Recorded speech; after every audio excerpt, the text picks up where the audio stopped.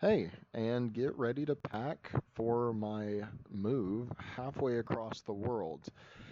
For those of you that I don't know, my name is Aidan Marshall. I just graduated college with a marketing degree from Texas A&M. Things were getting real. My slippers came off, but even with those 4 years of school, I didn't know how to pick out shoes from my closet. But do not let that take away from the fact that I was still smart enough to learn how to travel internationally for very cheap and be able to get a job while doing it. Um, Through this video, I'm going to try and answer the easy questions about how I went about getting my job and my visa. I'll make some slight comments on the way that I pack throughout.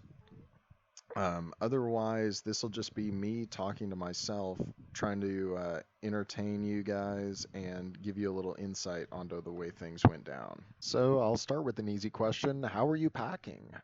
One of the big things is the military ranger roll, which is what you can see me doing. You fold your clothes over and you roll them up into a teeny tiny little cylinder. But after two shirts, One eternity later. I needed a game plan change and I got a chair. That chair was massive for the program. I do not know what kind of fool I was to think that squatting there along my bedside was going to do me any good. So, like I was saying, this is a ranger roll. It's even sturdy enough that you can throw it against the ground and it won't move. There you go. I proved it to you just for fun. But this allows you to pack a whole bunch of shirts, underwear, and shorts with like if you have elastic bands in your shorts, you can kind of get this done, but you roll them up real tight and you can fit a whole bunch of them in your suitcase, backpack, or whatever you're trying to go into. I'm packing a lot of long sleeve shirts, as you may notice, and this is because the job that I initially got to go work in Australia is to be a farm stay ranch hand. For those that I've known for longer than 5 seconds, you'd know that I'm not exactly the pinnacle for manual labor. However, there is a purpose, and that's because the initial visa I applied for, referred to as a work holiday visa, allows me 1 year in the country.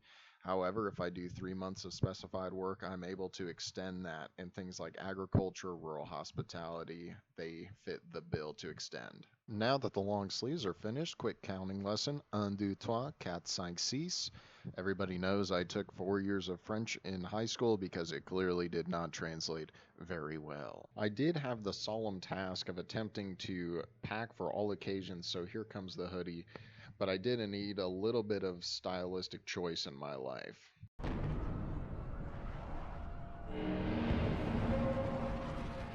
I very nearly hit my head on the ceiling fan while doing that, but as you can see, these are my three collared shirts to hit the town and woo the ladies of the Australian nightlife, if it ever comes to that point. Question number 2. Isn't it expensive to fly to Australia? Turns out the answer is a colossal no. If you take your talents to FijiAirways.com, you can find some incredibly cheap flights. Even DFW has a direct flight to Fiji, and it only cost me about 400 bucks. And it is even deserving of that guitar riff. Well, Aiden, you might ask, what if I don't want to go to Australia? Well, here's some news for you. You can still go to 6 other countries if you are a U.S. citizen via the work holiday visa. If those are outside your realm, then I don't know. But the other countries you can go to are New Zealand, Ireland, Canada, South Korea, and Singapore. There are only a couple caveats. If you go to Singapore, you can only stay for 6 months. And if you want to go to Canada, you have to have a job lined up beforehand. So then, Aiden, why did you pick Australia out of all of those? Initially, I wasn't going to. I was actually going to pick South Korea. I am a notable performer of the Oxford study, and it would not have been lost on me to enjoy the sights of Asian culture in and of itself. However, the one huge caveat is that you are not allowed to be an English teacher in South Korea unless you have the correct credentials, and under the work holiday visa, I would not have been allowed to complete it.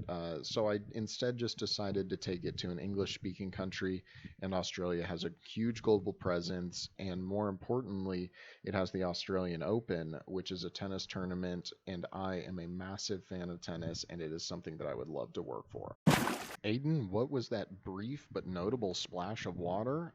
To answer your question, that was me throwing some of my clothes aside because I, in fact, decided that since I was going to be flying via Fiji Airways, it would be kind of silly of me to not stay at least a day or two.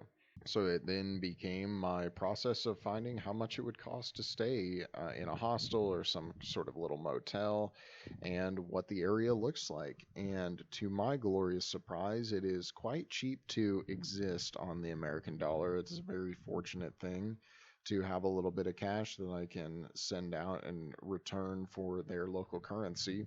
But the further I looked at it, the further I realized that Fiji was not the only place to have such opportunities to be able to go and check life out. So I looked at a couple more flights through Fiji Airways because they are the home base of all Pacific Island flights around here.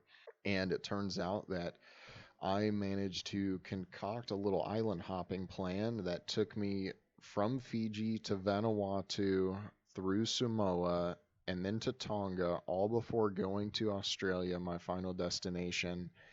And I'm staying a little over a week total through all those islands, and hotels, accommodations, and flights.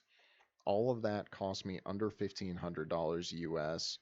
I did have the slight perk of my Capital One credit card, which gives me a little bit of a flight discount, and I get some flight credits with it, plus cash back. I highly recommend that if you are new to travel, but that's probably something I'll tackle at a future time. However, I figured that that was a pretty good deal and I was quite pleased with myself. So I'm even now recording this from Port Vila, Vanuatu. It's pretty impressive how different the cultures are out here.